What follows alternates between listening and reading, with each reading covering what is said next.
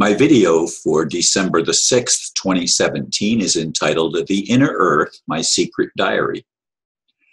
Admiral Richard Byrd wrote about the inner earth from first-hand experience that occurred in February 1947. It was published the day before Christmas in 1956. In that expose, he wrote, quote, "These last few years elapsed since 1947 have not been kind. I now make my final entry in the singular diary. In closing, I must state that I have faithfully kept this matter secret as directed all these years. It has been completely against my values of moral right. Now I seem to sense the long night coming on, and this secret will not die with me. But as all truth shall, it will triumph, and so it shall. This can be the only hope for mankind. I have seen the truth, and it has quickened my spirit and has set me free. I have done my duty toward the monstrous military-industrial complex. Now the long night begins to approach, but there shall be no end. Just as the long night of the Arctic ends, the brilliant sunshine of truth shall come again, and those who are of darkness shall fall in its light. For I have seen that land beyond the pole, that center of the great unknown," end quote. I'm actually going to, that's the ending of the article that he wrote, the entry in his secret diary. But he opened with these words, and I'm going to read them now to you. I must write this diary in secrecy and obscurity. It concerns my Arctic flight of the 19th day of February in the year 1947. There comes a time when the rationality of men must fade into insignificance, and one must accept the inevitability of the truth. I am not at liberty to disclose the following documentation at this writing. Perhaps it shall never see the light of public scrutiny. But I must do my duty and record here for all to read one day. In a world of greed and exploitation of certain of mankind can no longer suppress that which is truth. End quote. That's the end of my reading. Now, when I began to explore the flat earth theory that people are proposing, I remembered the trip made by the Norwegian father and son, which I talked about in the previous video. And I'm not going to rehash that here. But Admiral Byrd was a person in high standing in the military at that time in his life after the Second World War. And he was on an expeditionary flight to the North Pole region and lost radio contact as he flew into an area of lush vegetation. Okay? He had entered the inner earth and, of course, as I said, lost radio contact with the surface world. But radio contact was established in the inner world.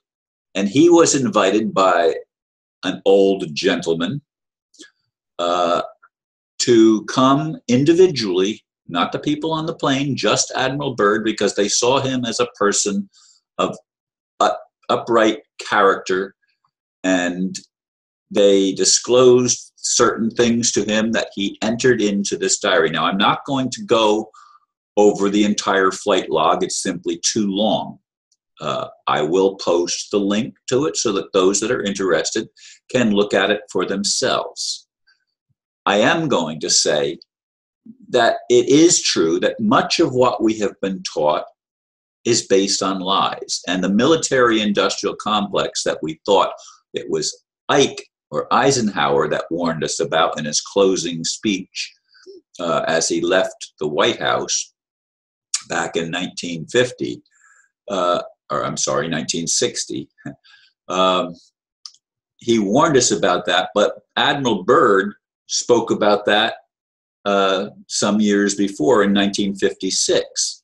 So he was probably one of the ones to talk about the military-industrial complex, which is a criminal operation of individuals who want to rule the world through a strong military. And of course, they killed Kennedy, and they've done all sorts of atrocious things since then through the years. But this diary has been republished, and let me see the date on this, December 30th, 2007.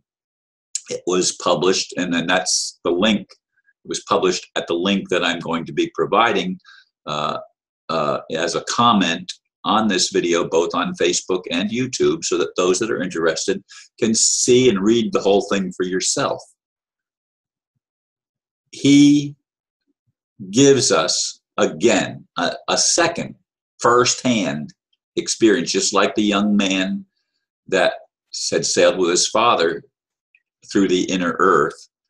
He gives us first-hand experience of his travel into what we would call the inner earth. And the inner earth cannot exist. It cannot exist on a flat plane. It would be another level maybe. But he also made a trip later in his life to the South Pole and was repelled by, it was said, Nazi forces that had gone to the South Pole. Now, I've also studied and read that people say that the South Pole, like the North Pole, is not polar ice.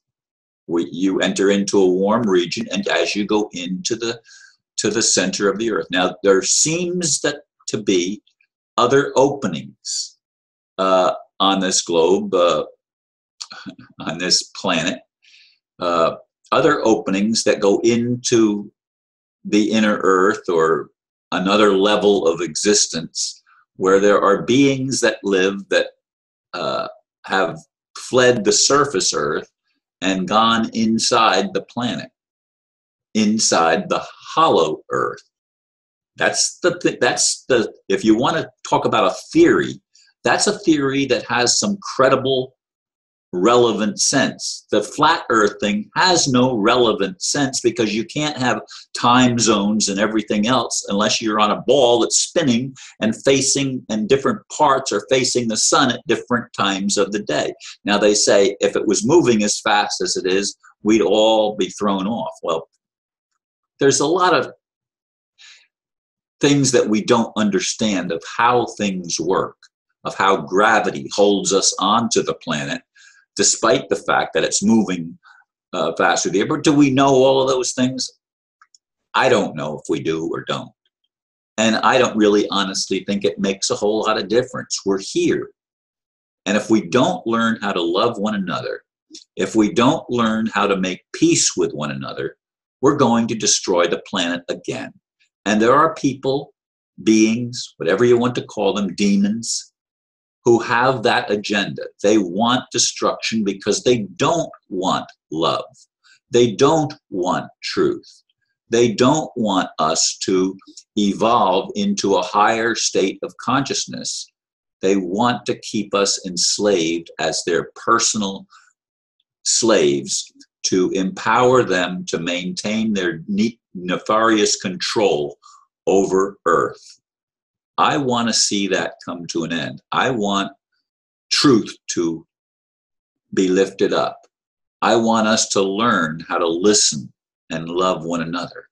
I want us to evolve to a higher state of being where we can actually grow up and become all that I believe we were destined to be at the very beginning. Thank you, folks, for listening, and namaste.